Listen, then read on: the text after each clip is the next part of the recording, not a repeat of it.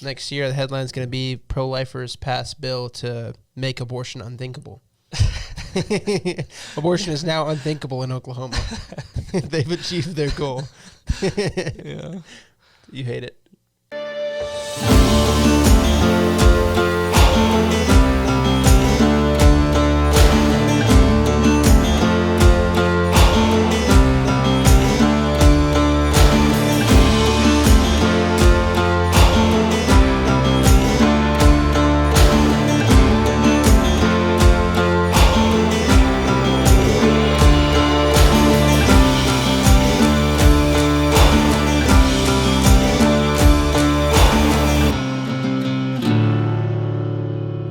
Welcome to another episode of the Liberator Podcast. This is episode 88 of the Liberator Podcast, and we've got some interesting topics for you today. We're talking about the SBC presidency, the ERLC's nonsense, and did Oklahoma abolish abortion? I heard they did. Yeah, that's what everyone is saying. All of the world is now saying that Oklahoma is either terrible or great because they abolished abortion. Yeah. But we all know they didn't. Yeah. So SB 612, James, what are we to think of this? Yeah, so there was a bill that passed, and the headlines in the news, ABC News, Oklahoma State House approves bill to make abortion illegal. NPR, Oklahoma legislature passed bill to make abortion illegal. U.S. News, Oklahoma legislators passed bill making abortion, quote, entirely illegal. And so, yeah, I received lots of messages from various people saying, hey, like, is abortion illegal in Oklahoma now? Because that's what you would think if you were reading the headlines. But it is not. And it's not because they chose not to pass the bill that would have abolished abortion.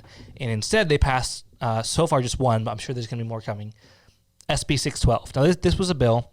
The good thing is it is life at conception. So they're kind of moving in the right direction on that. But it has a number of problems. First one being, it does not ignore Roe. Yep. And so what's going to happen is the same thing that happened last year when they passed 9 pro-life bills. One of those bills that was passed last year was supposed to end abortion. It made it, it didn't make it a crime, but it made it, I think, medical malpractice if you performed an abortion. And so any abortionist who does an abortion loses their medical license, right? It was billed as this is going to end abortion in Oklahoma. But of course, it got passed. The governor said, well, we'll see what the courts do with this. Court strike it down. Governor says, court strike it down. And that's that. And that's what's going to happen again this year. It's the same play every year. If you don't have the ignore Roe component in there, it's not going to do anything. And so that is what I think we can expect to happen. That's what's almost certainly going to happen because they didn't pass the bill that would have actually ignored Roe. So there's the first problem with it. Yeah, and we've talked a lot about how important that component is of ignoring Roe. It's one of the most important things that you can get in a bill. Otherwise, they're just not going to do anything. Right. So you can go check out episode 5 on that one, the 5 components of an abolition bill, and we talk a little bit more about how important it is to actually get that in there because otherwise, again, it's just not going to do anything, and it's just pretending that you're doing something because this bill is going to get immediately enjoined, and it's not going to go anywhere. Yep. This already happened in Arkansas. This happened in Alabama. They've all passed bills very similar to this one. The Alabama was even stronger than this one for reasons we'll get into here, but the Alabama one actually made it homicide, I believe. But it said, it had no ignore Roe component. Governor Kay Ivey said, we have to respect the authority of the Supreme Court, so this is unenforceable. And it's going to be more of the same. Babies are going to continue to be murdered, despite the passage of SB 612. So that's problem number 1. It does not ignore Roe. Problem number 2, it does not establish equal protection. So say this bill were to go into effect, say it did have an ignore Roe component to it. Here's what would actually be put into law. A person convicted of performing or attempting to perform an abortion shall be guilty of a felony punishable by a fine not to exceed $100,000 or by confinement in the custody of the Department of Corrections for a term not to exceed 10 years or by such fine and imprisonment.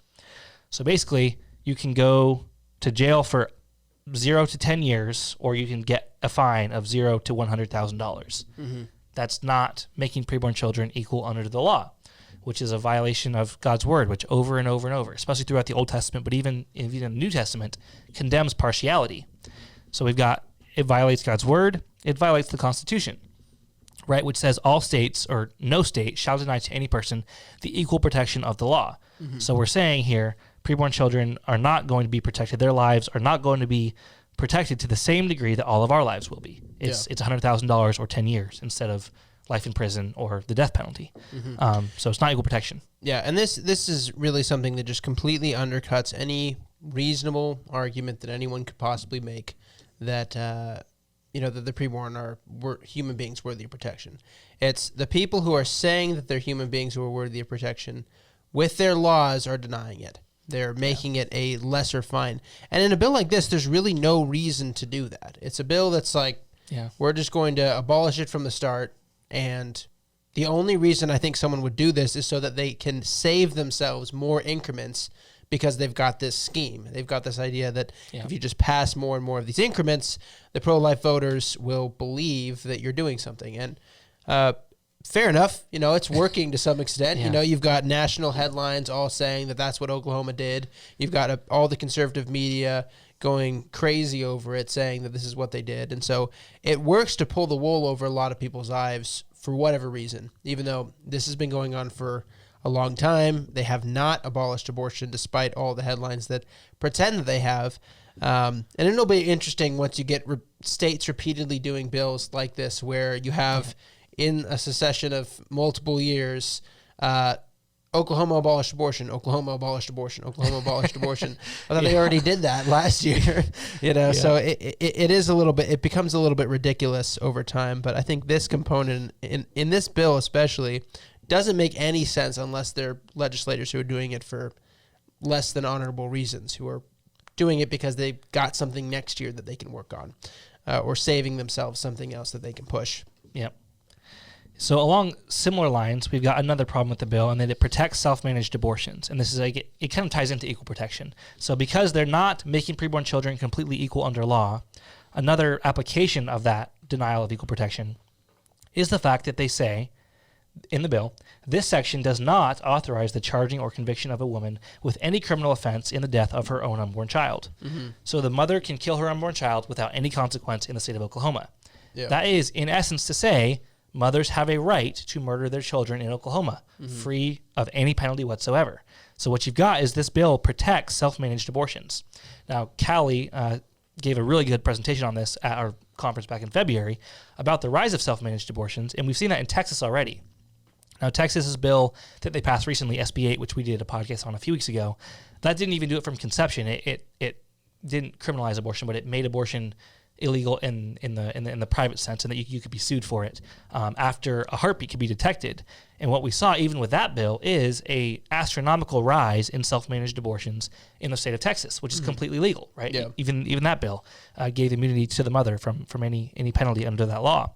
And so what we're doing is we're saying mothers have the right to murder their children when we say that they can do it without any penalty whatsoever. So the next issue with the bill, along similar lines of not consistently treating the preborn child as a human being deserving of equal protection, this bill protects self-managed abortions. And it does that by saying, this section does not authorize the charging or conviction of a woman with any criminal offense in the death of her own unborn child. So what it's saying is that mothers can still murder their children in Oklahoma with impunity. Yeah. And so what you have is you've taken away, I guess, their right to have a third party help them perform the abortion, but they can still perform their own abortion, and that's still perfectly legal in the state of Oklahoma. And as Pastor Callie talked about in a really good presentation at our conference back in February, that practice is on the rise astronomically, especially in Texas right now, with the bill that they recently passed down there.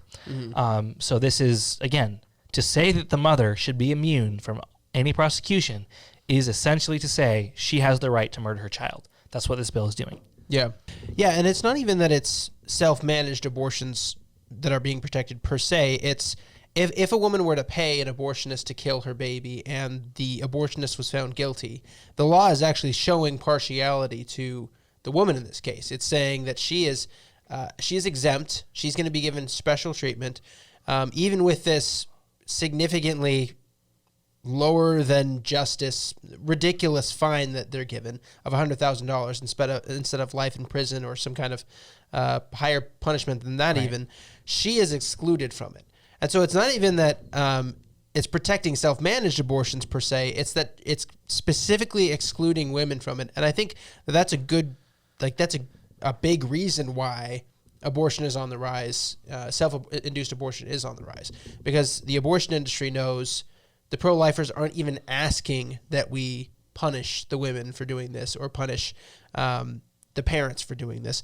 They're very much pushing back against that idea, against people who are being consistent and against abolitionists.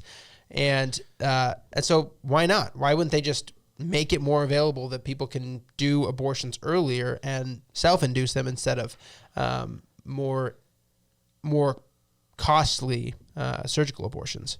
Yeah. So. Yeah, at this point here, something that pro-lifers say a lot is that, abolitionists and pro-lifers, we all have the same goal. So let's kind of get along. Let's consider ourselves part of the same team. But this is one of those occasions where it really is exposed. We don't even really have the same goal. Mm-hmm. Because like you said, most pro-lifers, it's not even like they incrementally want to get there over time. Most pro-life leaders do not think the woman should ever be prosecuted in the death of her own unborn child. Mm-hmm. And so again, their perfect society, their perfect law, their just society is one where the mother, in essence, has the right to murder her preborn child, where that partiality is shown to her in the murder of her preborn child. Yeah. And so, this exposes the end goal really isn't even the same. Mm-hmm. There's some maybe general kind of surface level agreement, abortion bad, but when you get down into the specifics, the end goals really are not even the same. And of course, the means to get there are nowhere near the same. And I think I really hate the fact that they pass it off as though they're being compassionate to women. Like they say, we're just trying to be compassionate to women. It's actually spitting on God's justice, because God is being compassionate when he is just. Like when God destroys pagan nations in the Old Testament who were practicing child sacrifice and murdering their children, it wasn't a lack of compassion on God's part. That's the way that they cast it, though. Like, oh, you're being not compassionate. No, we're being compassionate to the children who are being murdered. It's not compassionate to protect someone who has killed a child. In the same way, it's not compassionate to protect a pedophile who rapes a child. You look at that and you say, no, that's not a matter of compassion. We need justice here. This person needs to face penalties for what they did. And I really hate that they cast it that way. It's a total lack of regard for justice, and a lack of regard for justice is not compassionate. Yeah. I really just, if you're a pro-lifer and you're thinking, oh, you just want to be compassionate to women, stop that. You're not being compassionate at all. You're excluding compassion to the preborn child because you're allowing for them to be murdered by refusing to establish justice. That's what you're doing. Yeah. So don't come at us or anyone else with the compassionate stuff, because you're not doing it. That's not what you're doing. Yeah. Yeah, one of the things we see in the world a lot is the twisting of what it means to love somebody, and just the perversion of biblical love. And here, the denial of justice to preborn children, keeping them unequal under law, showing partiality against them, being loving and compassionate, just really is crazy. Mm-hmm. And it's not loving. It's not loving to anyone. It's not loving. You think you're loving mothers by saying, here, you have the right to murder your child. That's supposed to be loving to the mother? Mm-hmm. Are you kidding me? Like, giving her this option to destroy her own soul, to murder her own child, that's loving and compassion to her? Give me a break. Yeah. That is so stupid. And it also, it fails to communicate the weight of what she's done, and takes away from her the opportunity for hearing the gospel. And so it's not even on that level, like just on the surface level, I don't want to punish women stuff. Yeah. It's not even compassionate to the women themselves, because you're withholding from them vital information that would lead them to repentance, to say, you should be punished for this. This is a unspeakable evil. This is murder. Yeah. You should face criminal penalties for this kind of thing. That is communicating to someone the weight of their sin, and gives you perfect opportunity to communicate to them the gospel that can save them from their sin. But instead, they withhold the bad news and they withhold the good news, because you don't need good news if you're not. Yeah. In the case of abortion, if you're not a murderer who killed your child, then there's no opportunity there. There's no ability to speak into that and say, hey, you need the gospel because you're a murderer. Because even if you didn't go through with killing your baby, you're a murderer at heart. And instead, they totally shift the blame off as though women are manipulated, or they're just too stupid to understand what they're doing, and they're not. People know what they're doing. Yep. And then, the other problem with this bill is that it protects abortion-inducing birth control drugs. So this section says, this section does not prohibit the sale, use, prescription, or administration of a contraceptive measure, drug, or chemical if the contraceptive measure, drug, or chemical is administered before the time when a pregnancy could be determined through conventional medical testing, and if the contraceptive measure, drug, or chemical is sold, used, prescribed, or administered in accordance with manufacturer instructions. So what a lot of people don't know, and I really think a massive amount of the blame here is churches. They have not been educating on this at all. And maybe you're a pastor and you just do not know this, but hormonal birth control, one of the mechanisms is to prevent implantation. So after the baby has already become a human being, after fertilization has taken place, the final mechanism of virtually all hormonal birth controls, I don't know of any that are an exception to this rule, have a mechanism wherein they thin the uterine wall so that when the baby implants, it suffocates and it dies. And this is not readily available information in a lot of cases. You have to kind of do some digging into each individual hormonal birth control, but this is the case with the vast majority of hormonal birth control. And the church has been almost completely and utterly silent on this. It used to be the case when hormonal birth control was first being developed that Christians just knew you don't do that. Babies are a gift from God, right? You don't go and put hormones in your body to change it so that it's more hostile to children. But at the time, they didn't even know that they were being developed with these kinds of mechanisms in them. And so we'll go to Oklahoma legislators. I've talked to one legislator in the House, in fact, and one of his ideas for reducing abortion numbers was to get birth control in the schools. And this was a pro-life Republican. A pro-life Republican, yeah. And my eyes kind of bugged out. I went all wide, and I was like, what are you talking about? No, hormonal birth control does have an abortifacient mechanism in it. Pretty much all of them. Yeah. There's not one that I know of that does not have that mechanism in it. So one of the chief people responsible for this kind of measure being even allowed to get into a bill, like for people being anywhere near okay with this, is Christians who have been completely, and pastors who have been completely silent on this. If you're a pastor and you have not spoken about abortifacient birth controls, about hormonal birth controls of any kind, the pill, intrauterine devices, anything like that, you may have right now babies in your congregation that are dying on Sunday morning while you're giving your sermon in that pew because you haven't spoken about this. And your congregation, women in your congregation and men in your congregation who are telling their wives to do it are aborting their babies, sometimes, a lot of times without their own knowledge of it. So the reason something like this can even make it into a pro-life bill is because so many Christians, so many pastors just have not said a darn thing about it. And it's really disheartening to see this kind of thing in this bill. Yeah, so we've had 64 million children killed in recorded abortions since Roe versus Wade, but we have no idea how many more have been killed through these sorts of birth control methods. The real number could be twice as high as the actual one. And so, to see this in the bill is really, really unjust. And again, it's protecting a form of abortion. Mm-hmm. There's no question that babies are going to continue to die because this is in the bill, unless we're able to pass an abolition bill that corrects this stuff. Mm-hmm. This is really, really bad. And one thing that's important here for people to know, because I've gotten this question from some people about abolition bills, they read it and they say, well, I don't see anything about birth control in there, so what does this do about birth control? And the answer is, what an abolition bill does is it makes preborn children equal under law from the moment of fertilization. And so what you have is anything that kills that child will be treated as homicide or killing to some degree. And so you don't have to say, well, here's killing in this way, here's killing in this way, here's what happens if you kill in this way. Just like if you kill a born person, you don't have to have different laws for here's what happens if you stab someone, here's what happens if you shoot someone. It's just, if you kill this person, here's what happens. Mm-hmm. And so that is the implication of an abolition bill. And so you don't need language specifying, this includes the use of hormonal birth control. But by implication, yes, that is in an abolition bill.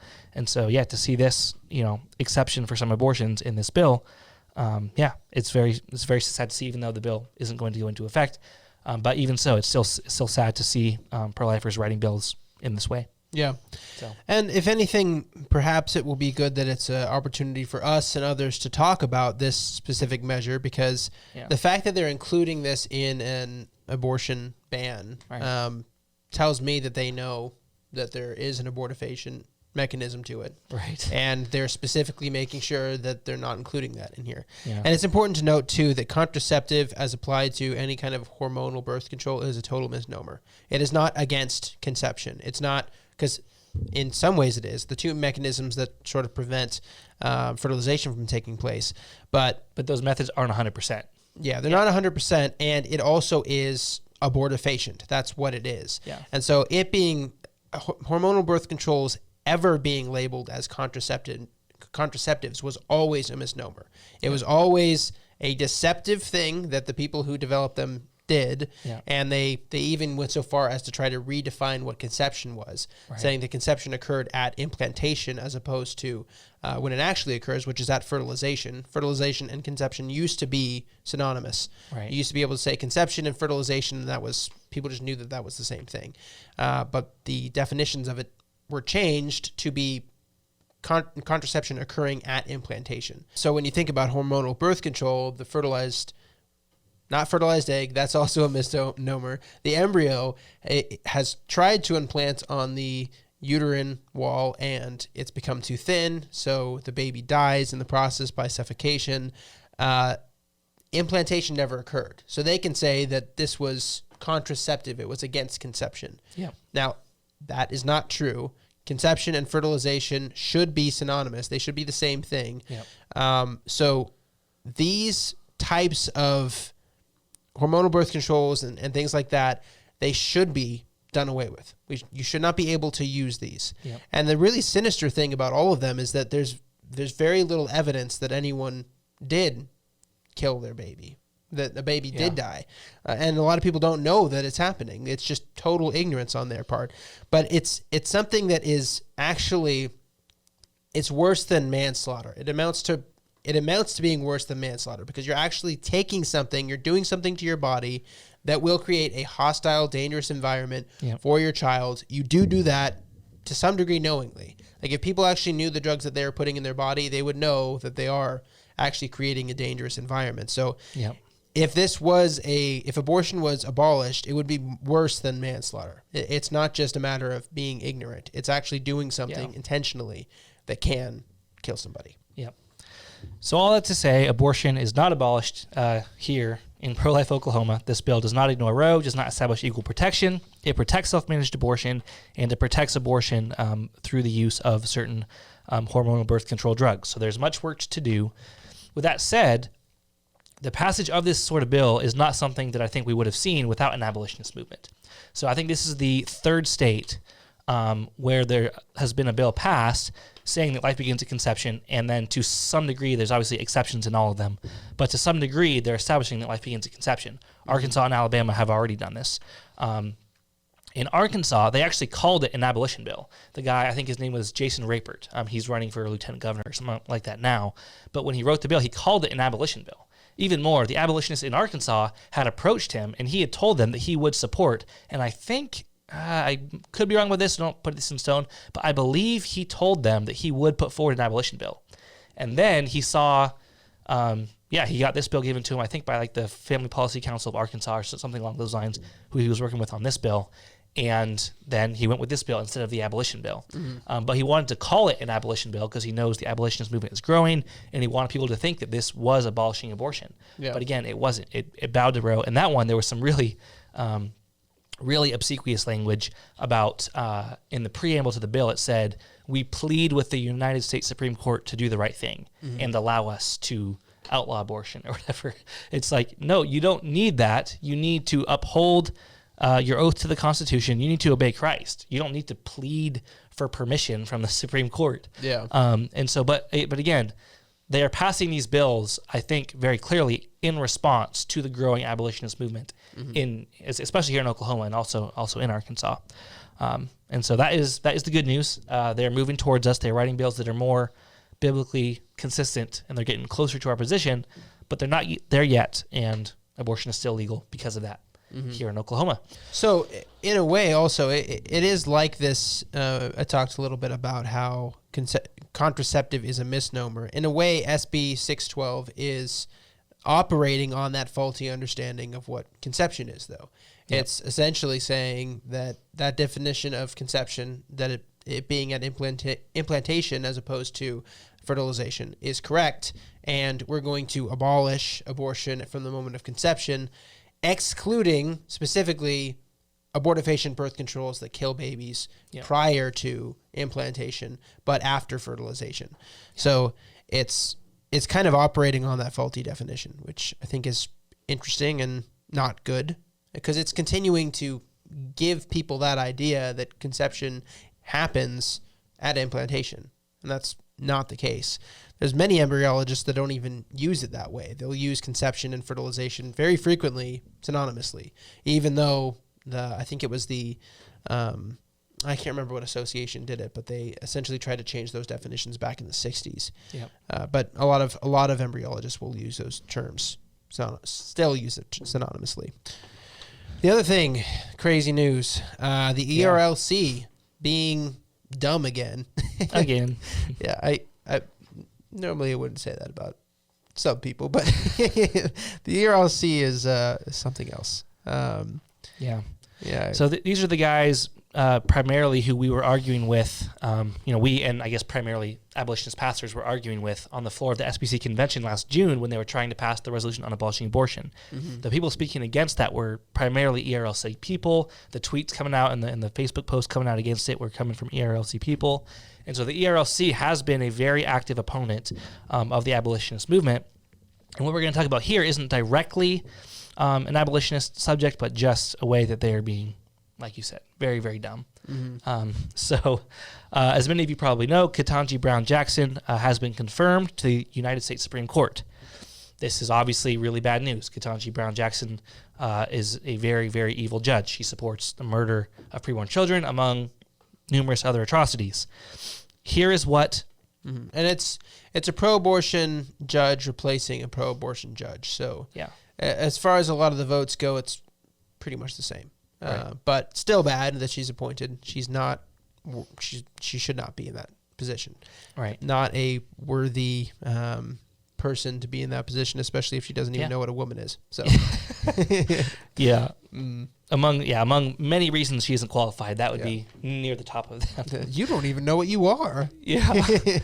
Yeah, it is pretty incredible. And actually that has application to what we're going to be talking about here. Mm-hmm. But anyway, so here's what ERLC acting president Brent Leatherwood said about her confirmation.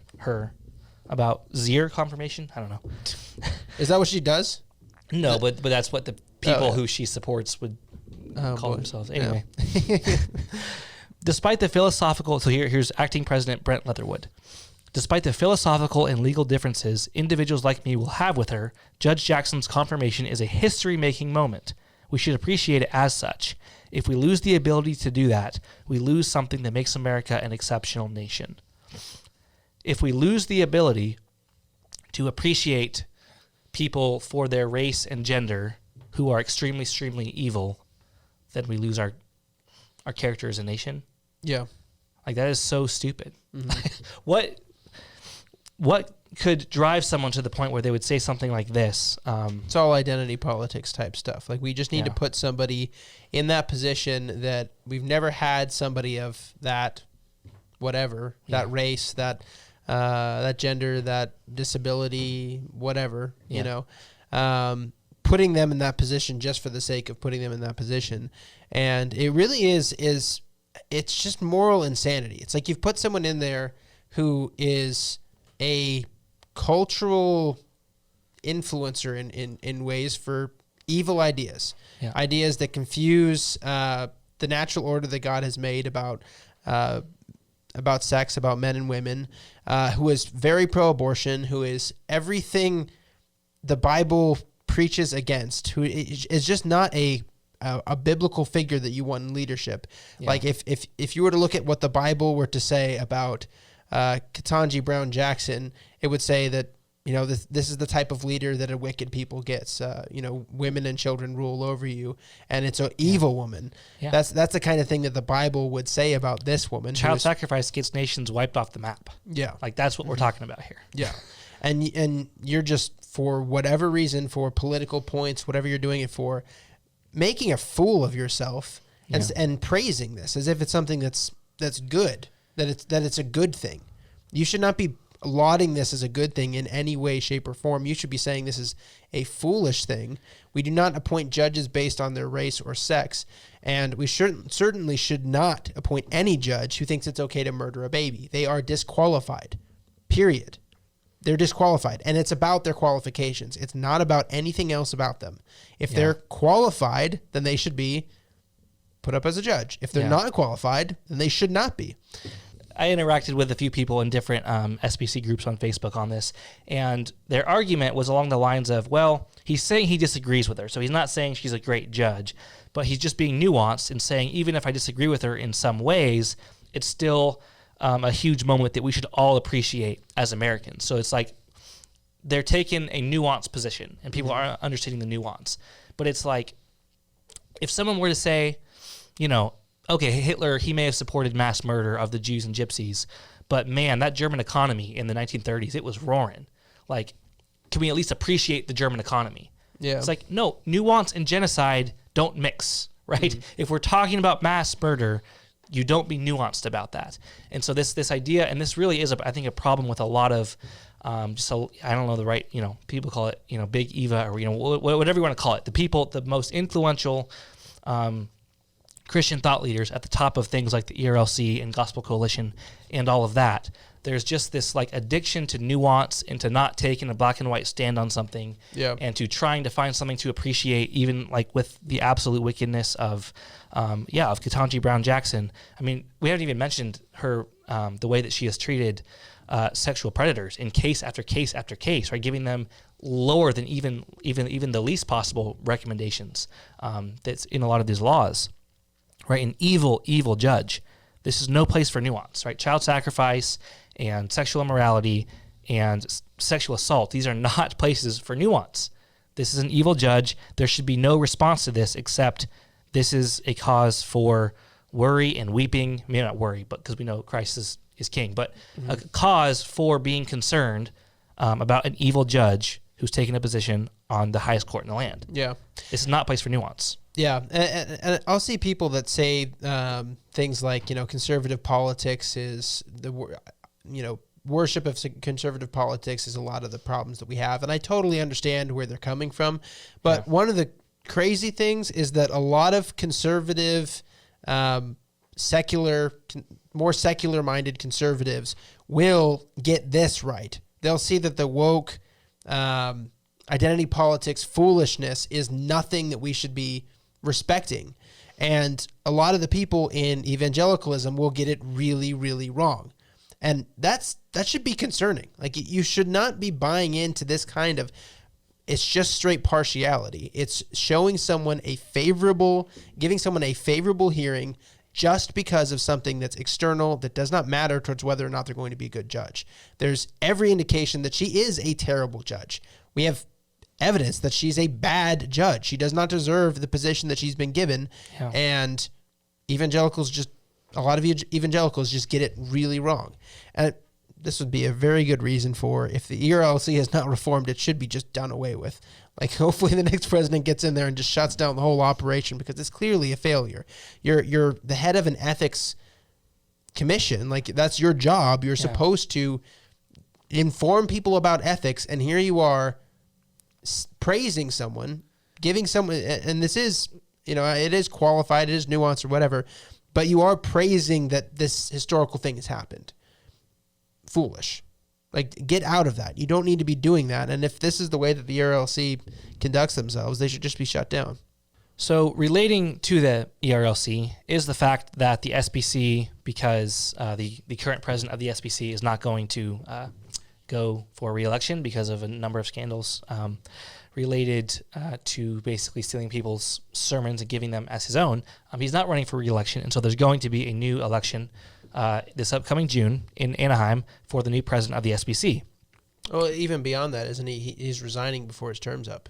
Right. Mm-hmm. Yep. Mm-hmm.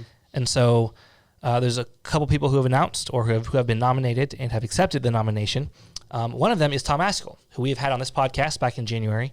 And here is what he had to say about this controversy with the ERLC president giving a nuanced response to Ketanji Brown Jackson.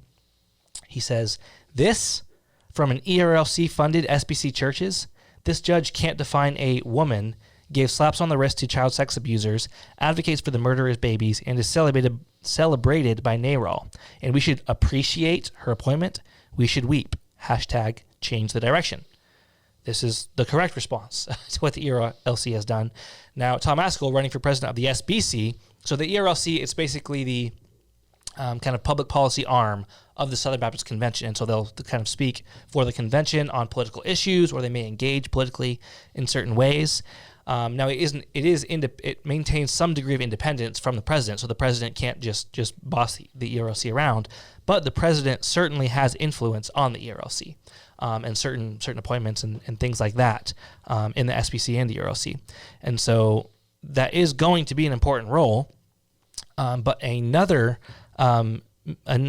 pastor who has been nominated for the presidency of the SBC doesn't agree that this is kind of within the role of the president of the SBC. So this is Bart Barber. Our listeners may recognize Bart Barber's name. We talked about him back on, I think it was episode 67. We had J.R. Haas from Abolished Abortion Texas come on to talk about what happened at the Southern Baptist of Texas Convention, where there was a resolution to abolish abortion that was brought forward. And I can't remember, is Bart Barber in some way related to the ERLC? Does he have any kind of... No, he was on the resolutions committee for the SBC last year. Right. So people may even remember him from that. He put out a video on his Facebook page back in June when we were all in Nashville for the SBC meeting, saying this thing just got approved by the messengers, got brought to the floor by like a 90% vote, but here's why you should oppose it tomorrow. And gave a whole bunch of really, really bad arguments on that. But anyway, he also gave some bad arguments on the floor of the Southern Baptist of Texas Convention annual meeting. And so we talked about that back in episode 67. And here is Bart Barber's response to the ERLC tweet regarding Ketanji Brown Jackson. He says, 1, offering a take on everything happening in Washington isn't even remotely part of the constitutional duties of the SBC president. Well, sure, but that's not what's happening. You're being, yes, in a sense, being asked to give a response to what happened in Washington, but more so you're giving a response to what was happening in the ERLC. Mm-hmm. Right? This isn't just about Ketanji Brown Jackson anymore. This is about the ERLC taking a nuanced position on Ketanji Brown Jackson. Yeah. And so that is not at all an accurate assessment of what he's being asked to answer.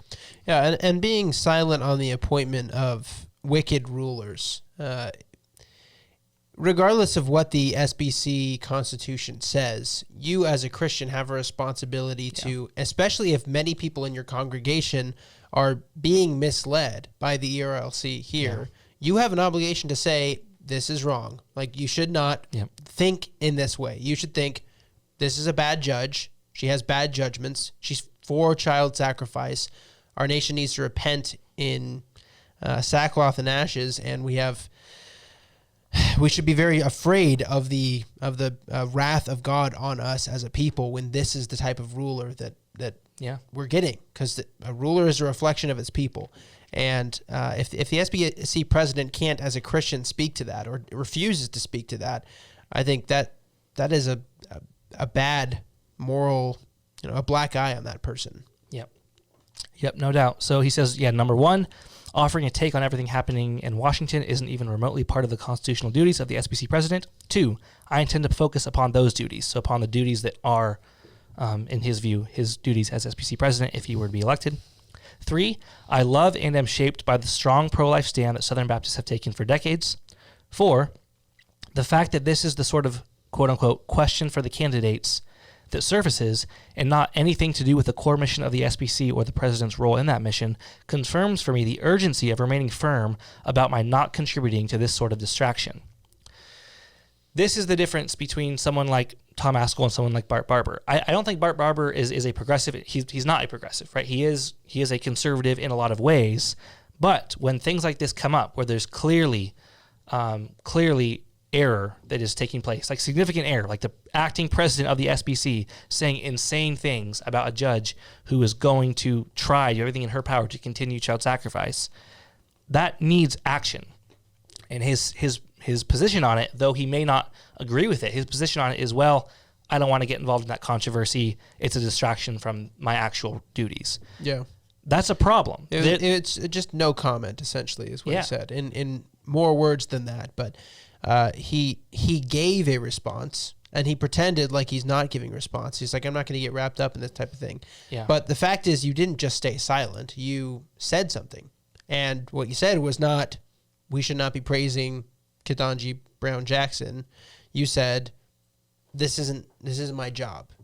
And it is your job. If you're a Christian and people in your convention are saying things that are wrong, and you're trying to be the president of that convention, you should have something to say about this. Yeah. But yeah. So the difference between Barber and Askell isn't necessarily, like full-blown progressive versus full-blown conservative, but it is someone who's going to do something about the major problems within SBC entities. Now, that includes the ERLC, it includes the SBC universities and seminaries, and Askell is going to work to try to clean this stuff up. Barber, even if he doesn't agree with it, he's going to say, no comment, whatever, let's all go along to get along, and let's all be unified.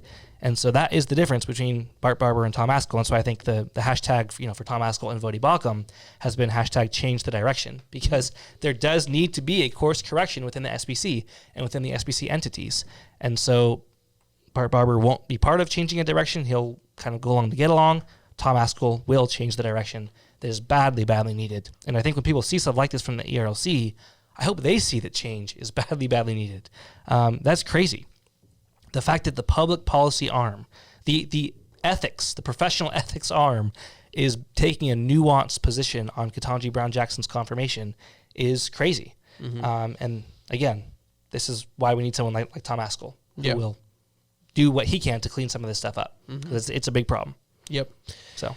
Yep. Lots of people at the ERLC need to, at bare minimum, lose their job there. That they do not deserve to be in the position they're in if this is the kind of thing they're doing for an ethics committee.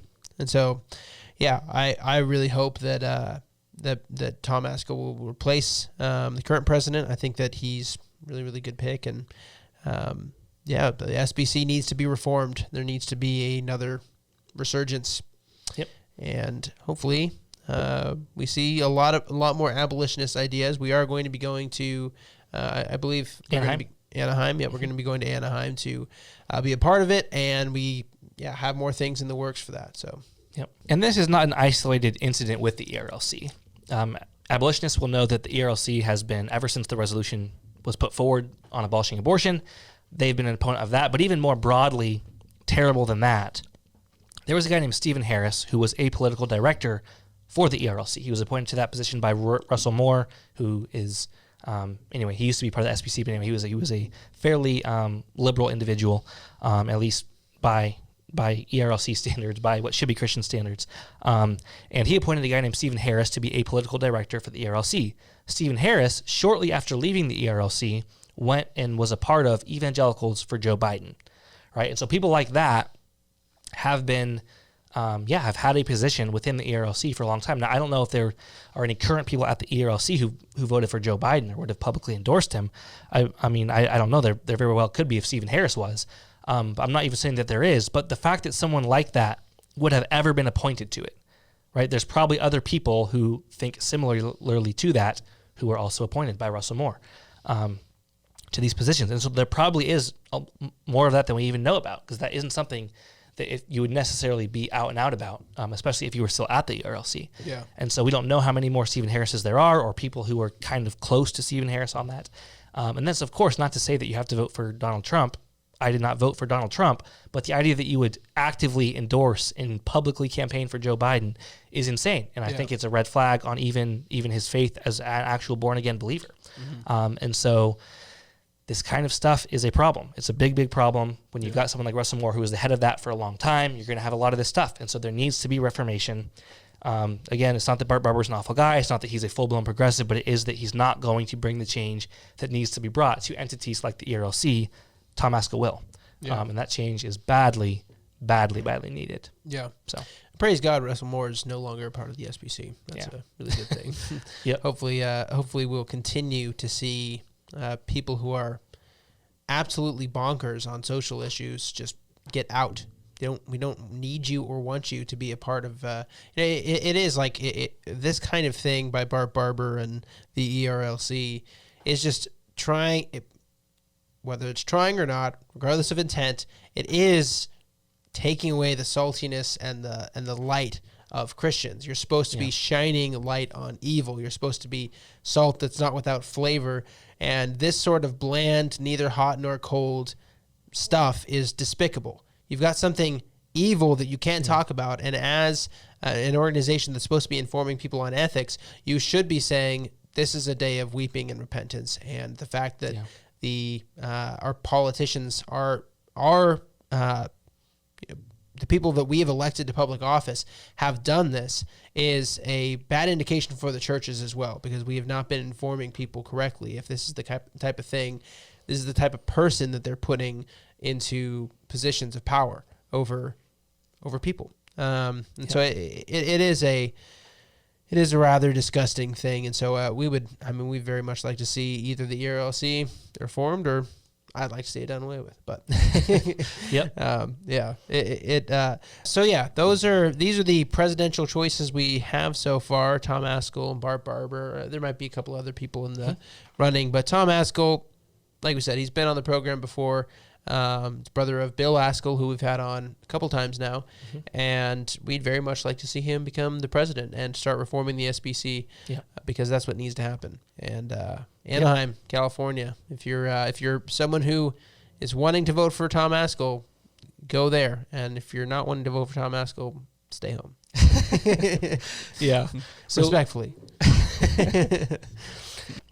So we don't know which members of the Free the States team are going to be in Anaheim, but some, if not all of us, are going to be there, because all of us, except for Tim, are members at SBC churches. And so a few of us may be messengers, or we may just be in Anaheim in order to pass out pamphlets like we were in Nashville. But in any case, we are going to be involved in some different abolitionist stuff going on in Anaheim. We're going to be involved in supporting Tom Askell to some degree. We haven't exactly talked about what we're going to do there yet, but we'll be doing something. And so, please keep an eye on all that we'll be updating you guys on. And please, if you are part of an SBC church, please join us in Anaheim. Please support Tom Askell. Please support, I haven't talked exactly to Jesse about what exactly the plans are going to be abolition-wise, but there will probably be some stuff for abolitionists to do in Anaheim. And so just keep in touch with us. Stay on top of our Facebook page for updates on all of that, because we are going to be going back to the SBC convention and trying to make some good things happen. Yep. Yeah. So, in case you guys don't know, we also have a art giveaway that we do on this podcast at the end of every month. This is a custom piece of art that was done by Russell Hunter. It's a pen and ink drawing, and we give these away to people who are donors, supporters of our ministry, of our work, and we could not be doing the work that we're doing without you guys. So, if you would like to be entered to win this drawing by Russell Hunter, you can sign up, or you can go to our website at freethestates.org, go to our donate page, and you can donate $25 or more. You're definitely not constrained by $25. $25 or more a month, and you will get entered to win a drawing, and every single month that the drawing comes out, you'll be have another chance to win one. So very much appreciate that support. If you guys feel so inclined to do that, please do that. And this has been another episode of the Liberator Podcast, where we're committed to being as harsh as truth and as uncompromising as justice. We'll see you next week.